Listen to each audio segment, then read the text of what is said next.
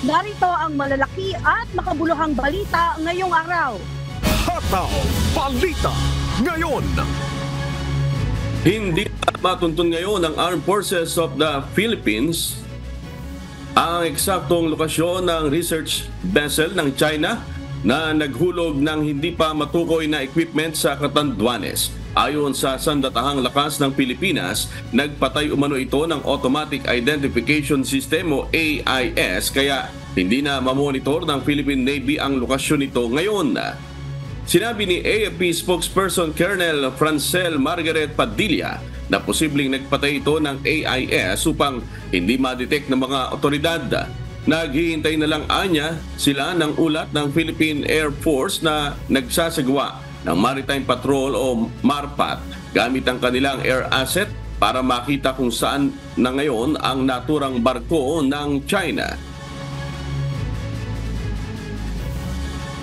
It says two things, no? Either talagang ayaw nila mag-engage or either it's actually a vessel in distress. Visuals na lang talaga yung how we would be monitoring its movement. Kaya yung sa maritime patrols na nagbibigay ng reports sa status ng location niya and activities. Hataw Balita ngayon. Lumabas na sa exclusive economic zone ng Pilipinas ang tatlong Chinese research vessel na unang nakita sa Ayungin Shoal o pumasok sa lugar noong April 21. Ayon sa Armed Forces of the Philippines o AFP, lumabas na aniya ito ng Ayungin noong April 26 at huling namataan ng mga otoridad sa Pag-asa Island nitong Miyerkules, May 1. Sa naunang ulat ng Philippine Navy, walang ginawang anumang aktibidad ang mga nasabing barko ng China, bagamat naniniwala ang Navy na ito ay nagpapakita na hindi sila nasisindak sa balikatan exercises kasama ang mga kaalyadong bansa ng Pilipinas. Sinabi ni AFP spokesperson Colonel Francel Margaret Padilla na hinihintay na lamang nila ang final reports ng Philippine Navy ukol sa kasalukuyang lokasyon ng nasabing Chinese research vessel. Hataw Balita ngayon. Pinatawag naman kahapon, May 2, ng Department of Foreign Affairs o DFA, ang Deputy Chief of Mission ng Chinese Embassy sa Maynila na si Zhao Ziyong. Kasunod dito ng panibagong bullying ng Chinese Coast Guard at Chinese Maritime Militia sa dalawang barko ng Pilipinas sa Bajo de Masinloc noong April 30. Sa isang pahayag, sinabi ng DFA na muling iprinotesta ng Pilipinas ang ginawang harassment ng Chinese Coast Guard at Chinese Maritime Militia kung saan pinagtulungan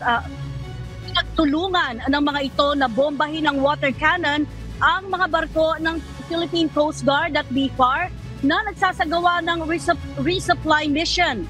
Binigyang diin ng DFA na dapat nang umalis sa Bajo de Masinloc at iba pang mga lugar sa West Philippine Sea ang mga barko ng China.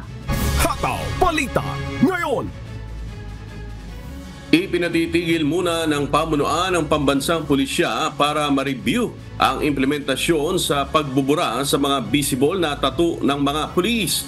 Naglabas ang Philippine National Police ng moratorium sa Memorandum Circular 2024-023 o PNP Regulations on Bearing and or Sporting Tattoos habang pinag-aaralan kung paano ang proseso sa pagbura ng mga tattoo ng police personnel. Ayon kay PNP Public Information Office Chief Police Colonel Jean Pajardo, nagdesisyon si PNP Chief Police General Romel Francisco Marbil na pansamantalang ipahinto ang implementasyon nito patapos ang pagpapa-review sa kautusan. Pansamantala ring ipinahihinto ang parusang administratibo na posibleng harapin ng mga pulis na hindi susunod sa naturang polisiya. Gayunman, tuloy ang polisiya kaugnay sa hindi pagtanggap sa mga aplikante na mayroong tato sa katawan. Na-explain po ito, na ipaliwanag po ito no less than ng ating Chief PNP na to a certain degree po ang mga kapulisan po ay may kailangang i-maintain po na mga disiplina, mga code of conduct and norms po different from the other government employees.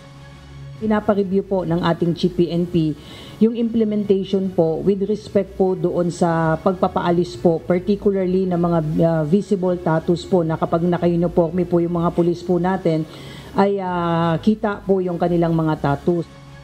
Hataw Balita ngayon. Inihayag ng Department of Agriculture o DA kahapon, May 2, na pumalo na sa 5.9 billion pesos ang naging danyo sa agrikultura ng patuloy na pag-iral ng El Nino phenomenon sa Pilipinas.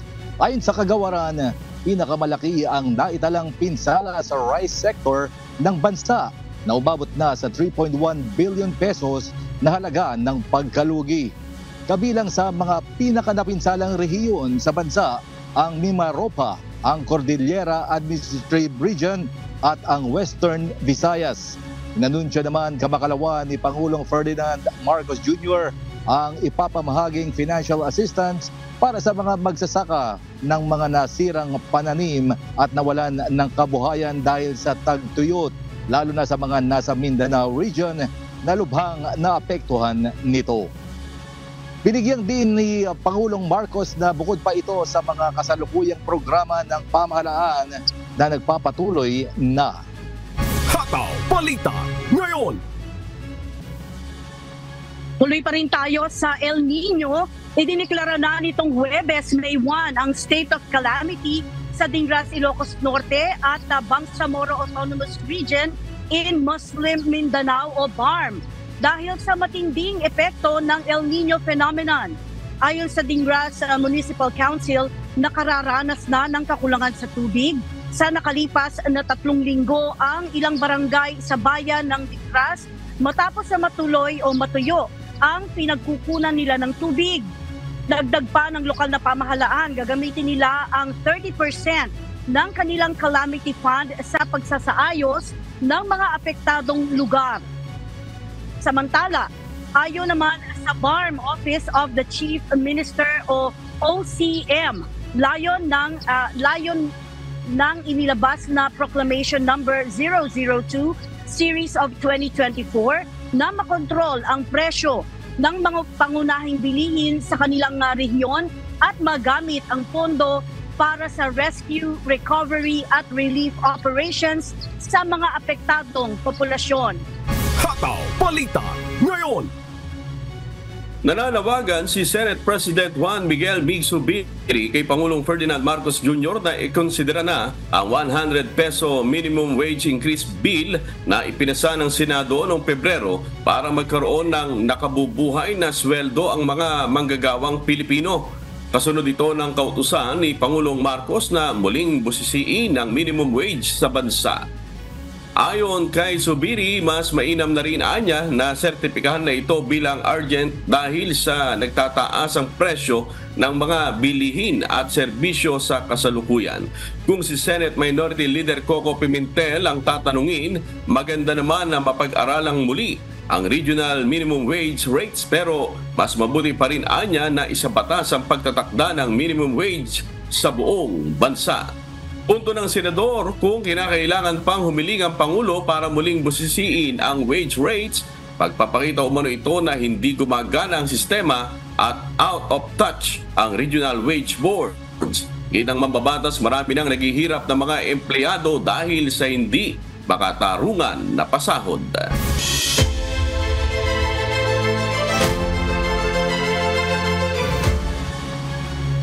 Kinumpirma ng Grupong Federation of Free Farmers na bumaba ang aning palay sa bansa dahil sa matinding epekto ng El Nino phenomenon. Ayon sa chairman ng Federation of Free Farmers na si Leonardo Montemayor, bagya umanong bumaba ang produksyon ng palay dulot ng kakulangan ng supply ng tubig sa mga irigasyon, pagkatuyo o pagkabitak-bitak ng lupa. In general, hindi magandang epekto ng init sa harvest natin. Kasi nga, either kinulang ng tubig o nawalan ng tubig at dahil din sa init, yung kombinasyon ng dalawang yun, magpapababa talaga ng ani yan eh. Ilan naman sa mga lugar na pangunahing apektado sa mababang produksyon ng ani ay ang kanlurang bahagi ng Pilipinas. Kabilang na ang Zambales, Palawan, Zamboanga Peninsula, kasama na rin ang Visayas at Mindanao. Karamihan sa kanila swerte na kung umani ng 80 hanggang 100 sako sa 1 ektaryang sakahan. Samantalang mga magsasaka naman sa Bulacan at Pampanga, kahit may El Nino, hindi naman apektado ang kanilang ani.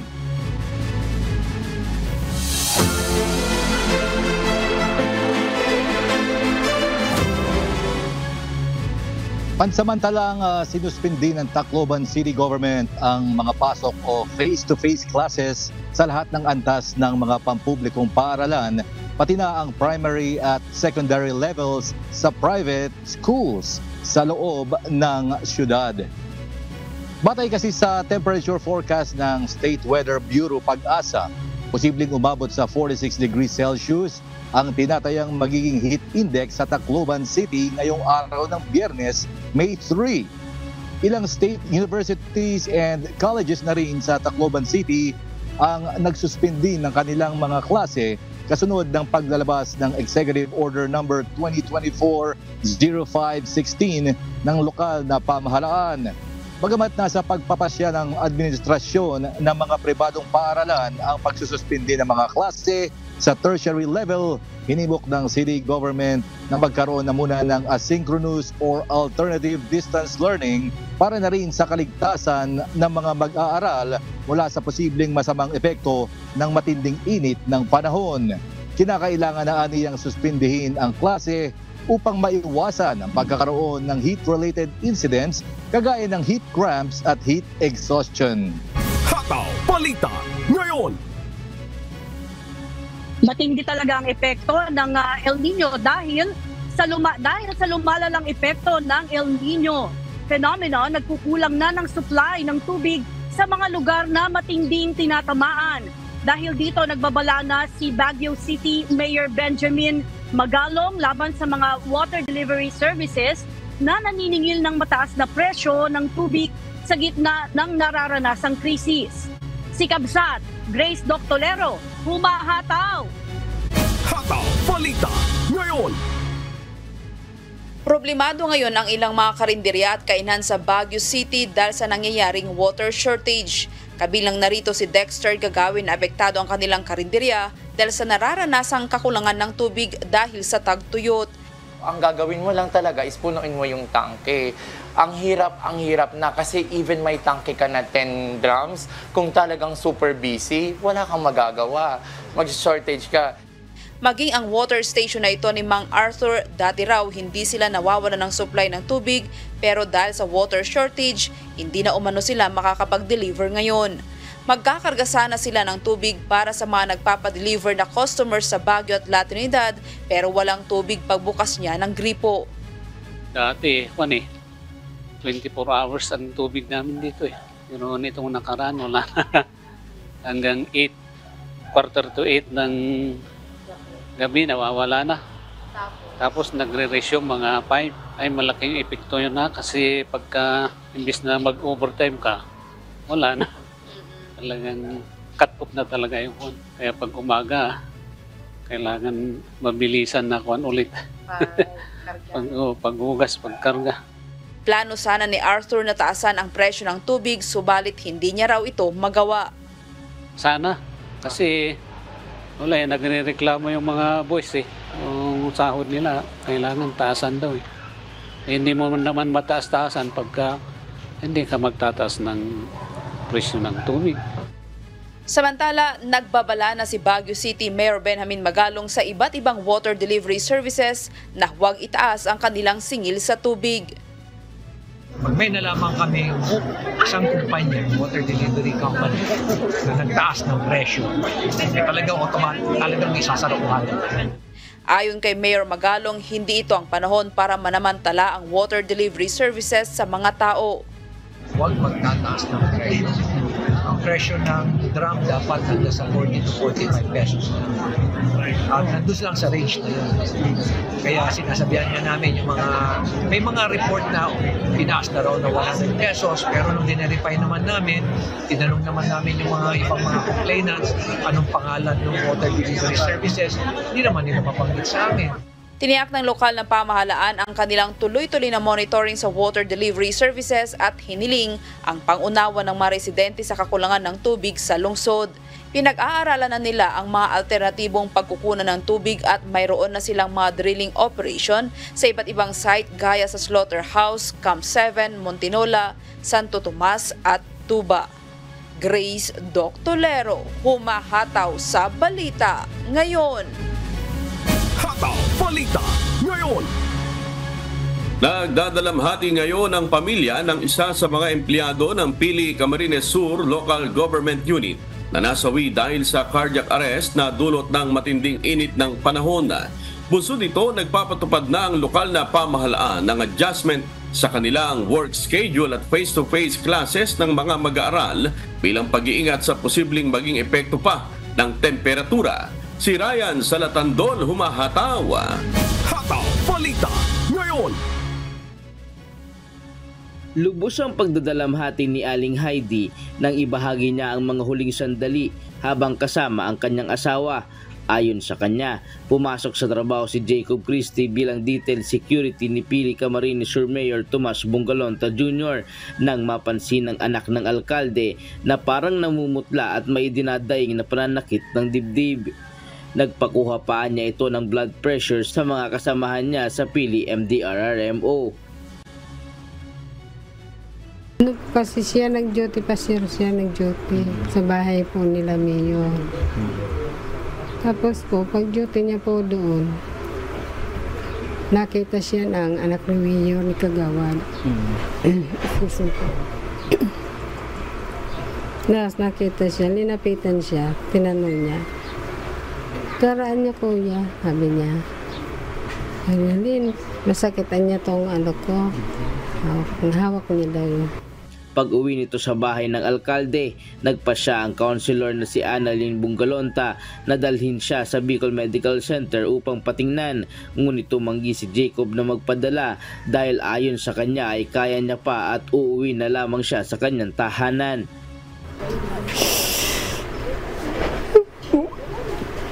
Hanggang nasubatan niyo po siya, sabi niya sa muya, maulit na ngaya ko. Sabi ko magbalik na niya ako, gitama. Patsikapan talaga niya ako sa BMC. Abo na sir siya magpadara. Ayon sa pamilya ni Manong Jacob, humingi pa ito ng maligamgam na tubig at saka umidlip. Napansin na lamang ni Aling Heidi na umubo ito ng malakas at doon na nila nalaman na wala ng malay at unresponsive ang katawan nito. Nadala pa sa Bicol Medical Center si Jacob, ngunit idiniklara na itong dead on arrival ng doktor. Isa lamang si Manong Jacob Christie sa 4 na empleyado ng Pili Local Government Unit na namatay dahil sa epekto ng matinding init ng panahon. Batay sa weather forecast ng Pag-asa, patuloy na binabantayan ngayon ang sitwasyon at heat index sa bayan ng Pili dahil sa pagtaas ng temperatura sa lugar na umaabot sa 46 to 48 degrees Celsius kada araw. Paikot ako ng executive reminder to all government employees and public and private na sundin yung health protocol. So yun.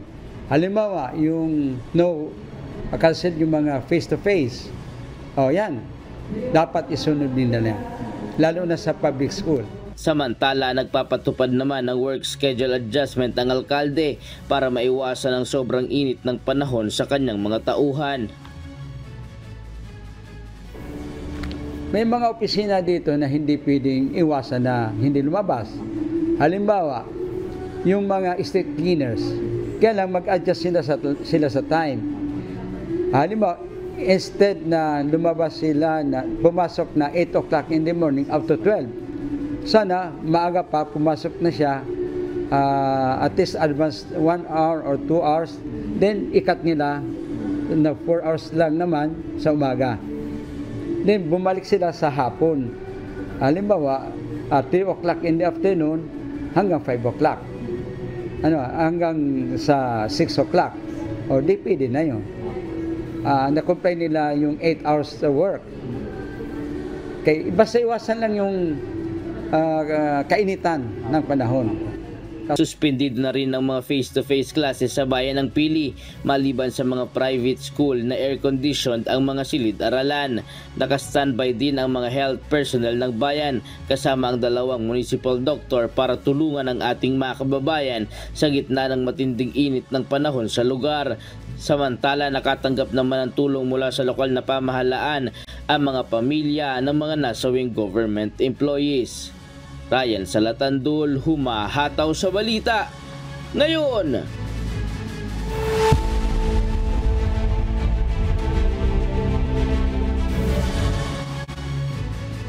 Namangha mga meteorologists sa napaka-rare na tornado at kakaibang radar imagery na nakita sa Oklahoma.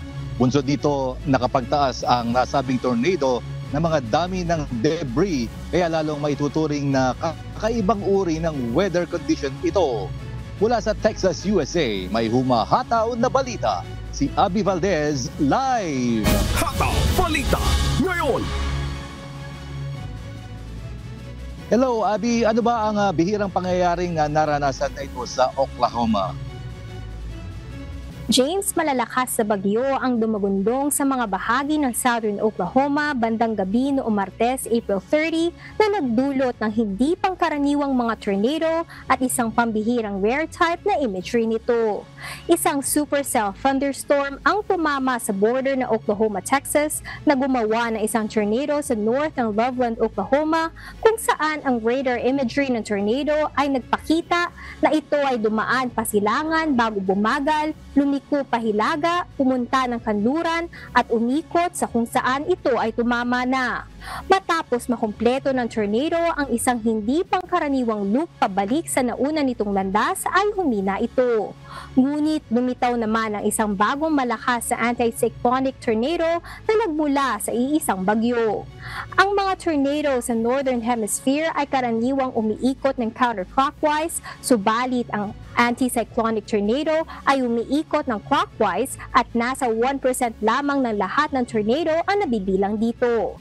Karamihan din sa anticyclonic tornado ay mahina at maikli ang buhay, subalit batay sa radar imagery ay nakapagtaas ito ng mga dami ng debris kaya lalong maituturing na rare ang tornado na ito. Balik sa iyo, James. Yon. Makikita mo, Maabi, yung mga iba't ibang mga happenings sa sa mundo, sa Pilipinas.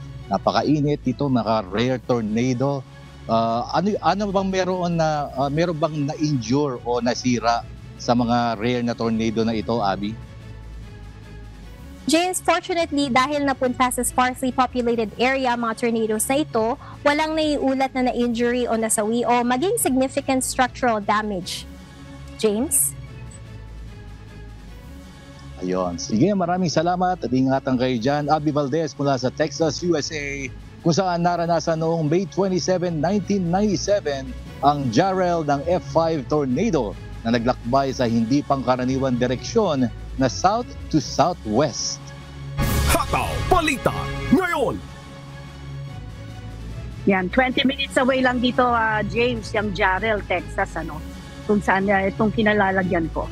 Pero ito muna, libo-libong railway workers sa Canadian National Railway o CN at Canadian Pacific Kansas City o CPKC ang nagkasundo at bumoto na magsasagawa ng kilos protesta sa darating na May 22. Dahil umano ito sa ilang buwang hindi pagkakasunduan tungkol sa rest provision ng mga manggagawa na mahalaga naman para sa kanilang kaligtasan sa trabaho. Ito ang humahataw na balita ni Erica Luzong. Hataw Balita ngayon! Mahalaga sa ekonomiya ng Canada ang mga riles dahil sa pag-e-export ng trigo, potasa at carbon. Ang mga kontrata ng mga manggagawa sa riles sa Canadian National Railway o CN at Canadian Pacific Kansas City o CPKC ay nag-expire noong Disyembre 31, 2023. Mula sa kabuoang bilang, 3 grupo ng manggagawa na umabot sa 9,300 na empleyado ang bumoto ng mahigit sa 95% upang mag-authorize na magsagawa ng kilos protesta sa darating na May 22. Walang nangyaring progreso sa nagdaang 6 na buwan ng negosasyon. Sinusubukan ng mga kumpanya na alisin ang probisyon ng pagpapahinga na mahalaga sa kaligtasan ng mga manggagawa. Ito umano ang siyang naging dahilan ng hindi pagkakasunduan sa pagitan ng dalawang panig na humantong sa desisyon na magsagawa ng kilos protesta. Inaasahang magdudulot ng pagsasara ng bulk grain shipping ang potensyal na pagsasagawa ng welga ng mga railway workers sa bansa ayon sa Western Grain Elevator Association. Wala namang naihandang Plan B para rito dahil walang competitive alternatives ang Canadian National Railway at Canadian Pacific Kansas City. Nag-aalala naman ang gobyerno sa posibleng maging epekto ng welga sa supply chain at hinimok na lamang na magsagawa ng negosasyon sa pagitan ng mga manggagawa at mga kumpanya ng may mabuting intensyon para maresolba ang issue. Erica Luzong, humahataw sa Balita Ngayon. Hataw Balita Ngayon. Mananatiling mataas ang interest rate ng mga pautang sa Estados Unidos sa mga susunod pang buwan. Resulta ito ng desisyon ng Federal Reserve na panatilihin sa kasalukuyan ang laki ng interest ng mga pagpapautang sa bansa. Ito ang humahataw na balita ni Sunny Cos. Hataw Balita Ngayon. Inanunsyo nitong Miyerkules, May 1 ng Federal Reserve ng Estados Unidos na walang magiging pagbabago sa kasalukuyan ang interest rates ng mga pautang sa bansa. Ayon kay Greg McBride, Chief Financial Analyst ng Bankrate.com, complete fantasy land ang magkaroon pa ng kahit 6% reduction sa interest rate ngayong taon. Pinayuhan naman niya ang mga consumers na dahil pagpapatuloy ang mataas na interest rate ay dapat unahin na bayaran ang mga debt prepayment lalo na ang mga high-cost credit card. Ang federal funds rate na itinakda ng Central Bank ng Estados Unidos ay ang rate kung magkano ang pwedeng utangin at ipautang ng bangko sa isang gabi. Sa kabila nito, iba ang rate na ibinibigay ng bangko sa mga consumers nito. Patuloy din ang pagtaas ng inflation rate samantalang ang tumaas lamang ay ang sweldo na umabot sa 0.6% sa nakalipas na taon. Sunny Cos, humahataw sa Balita Ngayon.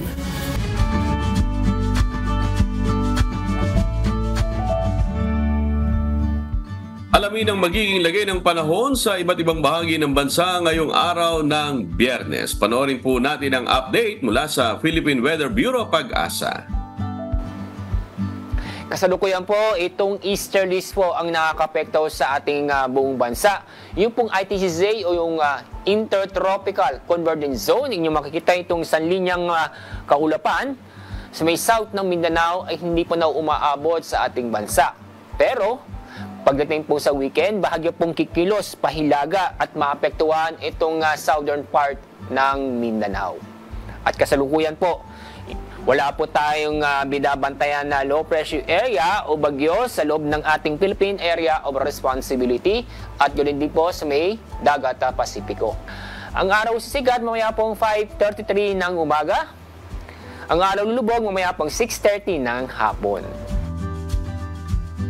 At napanood po natin ang update mula kay Pag-asa Weather Specialist Alzar Aurelio. Tandaan, sa bawat araw na ating nasisilayan, tayo magpasalamat sa Diyos na may lalang.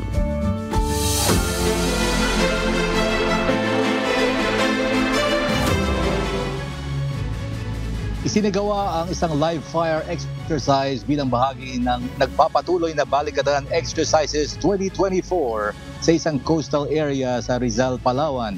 Ipinakita sa ginawang simulation ang lakas ng rocket defense system ng Estados Unidos. Si Andy Pagayona, humahataw! Hataw Balita Ngayon!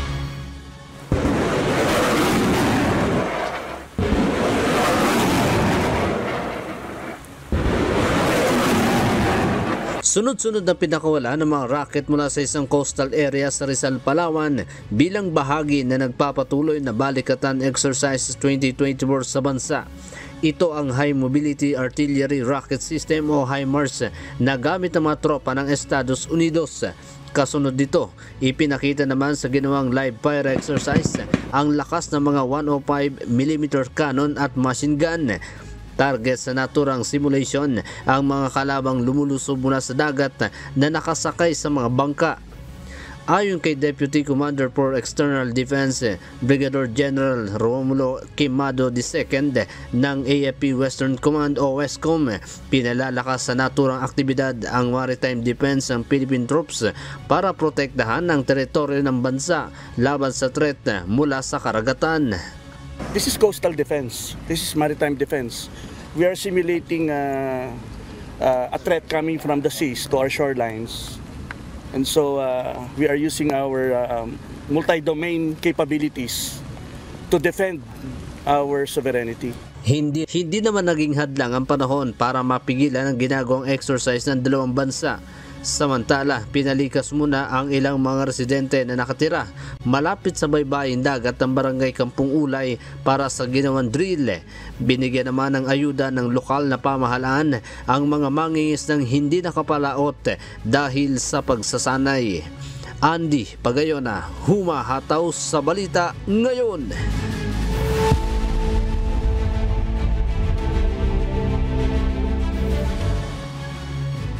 Pansamantalang nagsara ang halos 80 London drugstore sa Canada, bunsod ng isang cybersecurity incident. Customer at employee data hindi umano apektado ayon sa mga kumpanya. Mula sa Toronto, Canada, may humahataw na balita si Jenny Rico live. Hataw Balita ngayon. Oy Jenny, masakit yata sa ulo ito, no? Pero ano ang naging aksyon ng London Drugs hinggil naman sa cybersecurity incident na ito? Maribukot sa agarang pagsasara ng mga drugstore na apektado ng nangyaring cyber attack, nag-hire din ang London Drugstore ng third-party experts upang mag-imbestiga sa insidente. Nagsara ang 79 branches ng London Drugs sa mga probinsya ng British Columbia, Alberta, Saskatchewan at Manitoba noong linggo kung kailan nagsimulang manalasa ang cyber attack. Batay sa inilabas na official statement ng kumpanya, naniniwala umano sila na walang naapektuhan na datos ng mga customer at pati mga empleyado nito. Naka-deactivate naman ang kanilang phone lines habang isinasagawa ang investigasyon sa cyber attack. Patuloy din nagbibigay ng serbisyo ang pharmacy staff on-site para sa urgent pharmacy needs ng kanilang customers. Balik sa iyo, Marie. Oh, Jenny, medyo kakaiba, no? Kasi isipin mo yung mga biktima ng aatakihin ng cyber attack, ano? Yung mga katulad ng mga credit card companies at iba pang mga malalaking financial institution. Pero this time, may pharmaceutical company naman, ano? O mga drugstores. Pero kailan naman inaasahang babalik sa operations ang mga nasabing pharmacy, Jenny? Marisa, kasalukuyan ay hindi pa makapagbigay ng exact date ang London Drugs kung kailan ulit ito magbubukas at ayon pa sa kanila patuloy pa rin ang investigasyon at ina-assess pa kung gaano karaming datos ang nakompromiso. Dagdag pa nila, Marino, may mga personal information. Kung may mga personal information na naapektuhan ay agad nila itong ipapaalam sa bawat individual na apektado in accordance pa rin sa privacy laws dito sa Canada. At Marita, kadyan, usually ang mga tinatarget ng mga ganito ay yung mga financial institution, yung mga may kinalaman sa sa mga pera, pero this time talagang desperado sila kahit mga pharmacy, inaatakan nila. Balik sa'yo. Oo nga, hindi ba naman itong pharmacy mo, Jenny? Marisa, West Canada lang merong London Drugs, no? Kasi dito sa amin wala pa naman silang branch, so safe naman kami, Marisa. Ayun, okay naman pala. Salamat, Jenny Rico, mula sa Toronto, Canada, kung saan naging biktima rin ng cyber attack ang largest library system ng bansa, ang Toronto Public Library, noong nakaraang taon na posibleng nakaapekto naman sa mga mahalagang impormasyon ng mga empleyado nito na nakolekta mula pa noong 1999. Hataw Balita ngayon. Naglaan ang pamahalaan ng New Zealand ng $67 million o 2.29 billion pesos para sa rollout ng isang Back to Basics Structured Literacy Program sa mga paaralan sa bansa. Layo ng nasabing hakbang na maiangat ang antas ng edukasyon sa New Zealand, partikular sa pagbasa, pagsulat at matematika. Ito ang humahataw na balita ni Raquel Evangelista. Hataw Balita ngayon.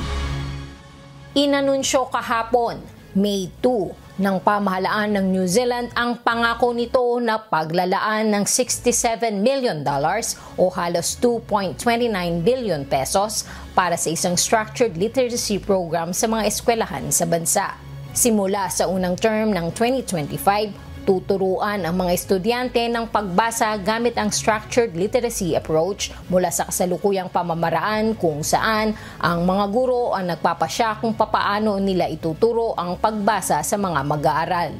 Ayon kay Education Minister Erica Stanford, isang back-to-basic approach ang structured literacy kung saan maituturo sa mga bata ang pagbasa sa pamamagitan ng paggamit ng sounds at phonics upang maunawaan ang mga salita. Kasabay nito ang plano ng pamahalaan na pag-overhaul sa education system ng bansa kung saan kakailanganing magkaroon ng at least 1 oras kada araw para sa subjects na reading, writing at maths at pagpapatupad ng isang malinaw na curriculum na magsasaad kung ano ang dapat ituro sa mga estudyante at kung kailan ito dapat gawin. Ayon pa kay Stanford, nasa halos 56% lamang ng mga estudyante sa Year 8 ang nasa tamang antas ng pagbasa, samantala nasa 35% lamang sa writing. Popondohan ng pamahalaan ang professional development sa structured literacy para sa mga guro, mga libro at iba't ibang resources upang masiguro na matututo ang mga estudyante at mabigyan ng kaukulang suporta ang mga ito na mangangailangan ng karagdagang atensyon. Raquel Evangelista, humahataw sa balita ngayon.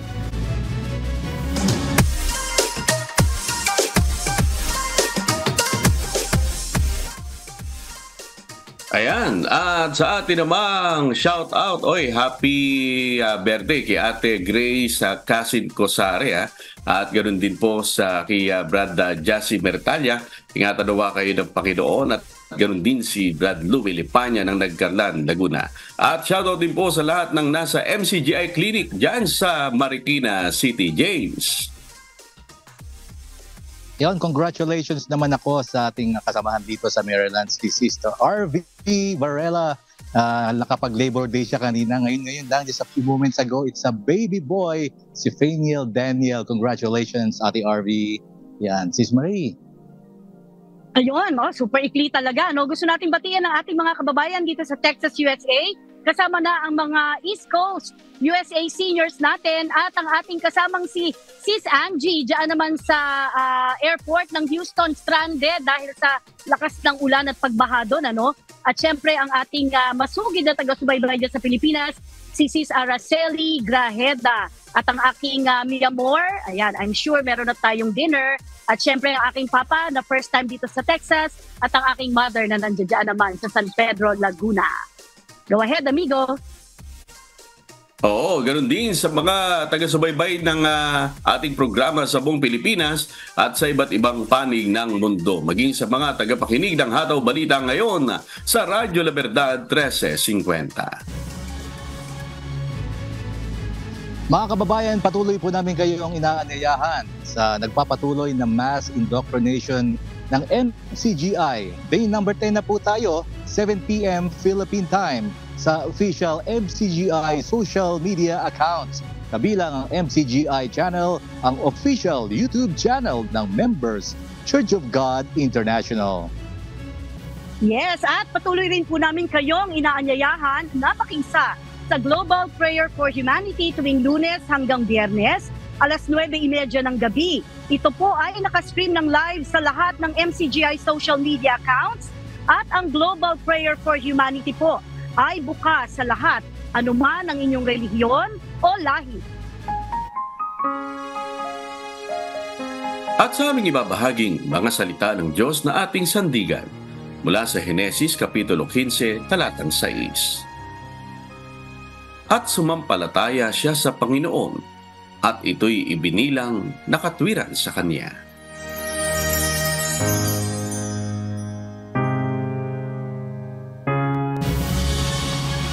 At yan po mga humahataw na balita ngayong umaga ng Biyernes, ikalawa sa buwan ng Mayo 2024. Sa ngalan po ng lahat ng bumubuo ng UNTV News and Rescue, UNTV Radyo Libertad 1350 at ng ating mga correspondent mula Luzon, Visayas at Mindanao. Mula po rito sa Pilipinas, ako po inyong amigo Sherwin Kulubong. At yan po ang mga humahataw na mga balita sa iba't ibang panig ng mundo ngayong Friday morning, May 3, 2024. Mula rito sa Texas, USA, ako si Manny Peñaranda at dito sa UNTV at sa UNTV Radio La Verdad 1350. Diyos ang aming sandingan, serbisyo publiko ang aming pinahahalagahan. Susunod na po ang Good Morning Kuya. Salamat po sa Diyos at magandang umaga.